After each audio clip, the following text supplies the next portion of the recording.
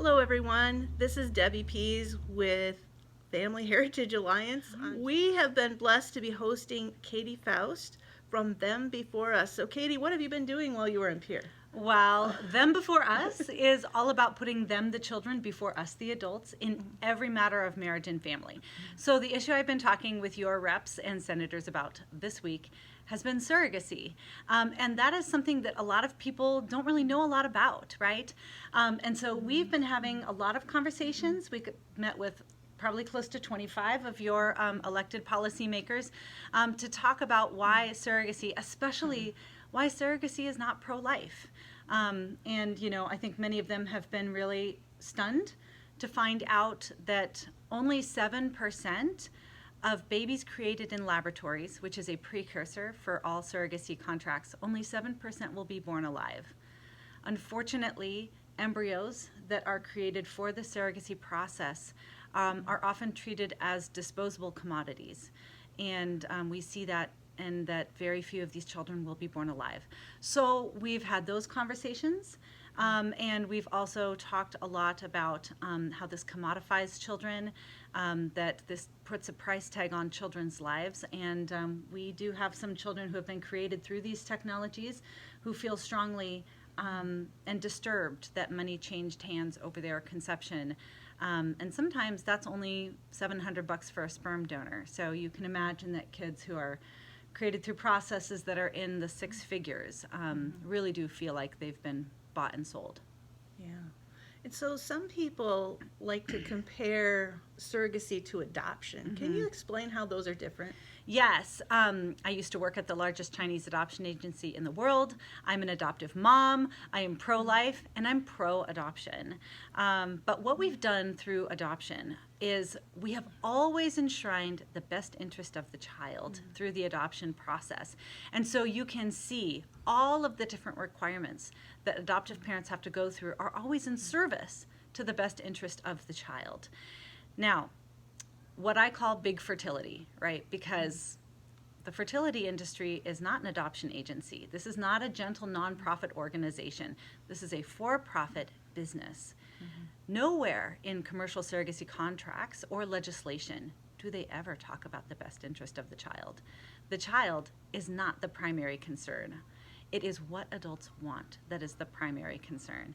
And so actually, during a lot of our time today, in between meeting with your senators and your reps, I've been reviewing your adoption code and finding all the different ways that surrogacy not only contradicts, but actually is the exact opposite of what you guys have established in South Dakota as the best practice for adoption. So let me give you a few examples. First of all of the adoptive parents, like me, rightly need to undergo screening and vetting and background checks and references and home studies, because social workers understand that placing children with unrelated adults is risky to them, right? And so just because somebody wants a baby, that doesn't mean that we hand them a baby. And so if adoptive parents like me were to leave the hospital with an unrelated child, it's because multiple layers of screening have taken place. People who create children through surrogacy arrangements very often are not related genetically to the children that they create. But they leave the hospital with no background checks, right? The only check that has to clear for them to take the baby is the check at the bank. That's it. That's the only thing the fertility industry cares about, is do they get the money? And so very often these children are going home to places where they're not related to anybody, or maybe at least one adult in the house, and a lot of times there's never any follow-up or background checks. We actually have unfortunate cases where people create children through surrogacy who never would have passed a background screening. Some of them have criminal records, some of them even have child abuse records. But fertility, the big fertility industry doesn't care, right? In adoption, the child is the client. When adoption goes well, every child that needs a home is going to be placed with a loving family. With big fertility, the adults are the client. The goal is to get every adult a baby, regardless of the cost to the child, whether it's a child's right to life because they've burned through all of the embryos that were undesirable, whether it's a child's right to their own mother and father, or whether it's a child's right to a safe placement. They don't care, right? The goal is to get the adults a baby if they can pay for it. So there's a whole bunch of other ways that this violates children's rights according to your adoption statutes. One of them is the child deserves a full medical record and to know the identity of their biological parents. It's required that they file that prior to the adoption. The child's supposed to get access to that at 18 years. Wow. Big Fertility doesn't care. They don't keep any records, right? Most of them prefer anonymous donors, where the child doesn't receive any identifying information or medical records about their parents. And so the whole thing is just driven by adults and money and what they want. And none of it is driven by the best interest of the children.